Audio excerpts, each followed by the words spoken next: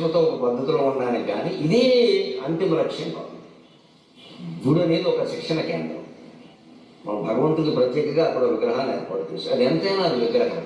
ఆ విగ్రహం దెబ్బతినకుండా చూడాలి కానీ ఇంకా చెంబుడు పాలు పోస్తే ఒక పాలం, బిందెడు పాలు పోస్తే ఒక పాలం చెప్తే అందరూ బిందె పోస్తారు. 1000 బిందెలు పోస్తే శివుడు ఏమవుతాడు? నా తాపత్రయం అలా.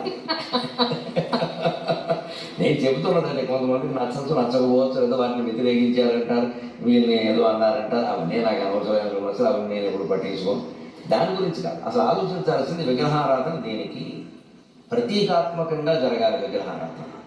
అదే లక్ష్యం అన్నట్టుగా మాట్లాడాలి. అది లక్ష్యం కాదు, ఎక్కడా చెప్పలేదు లక్ష్యం.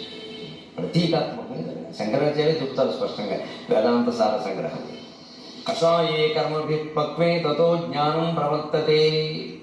ఆయుర్వేద వైద్యులు కషాయాన్ని తయారు చేస్తుంటే చెట్టు పెట్టి తిప్పుతూ ఎప్పటికప్పుడు పాకం చూసుకుంటాడు, పాకం సరిగ్గా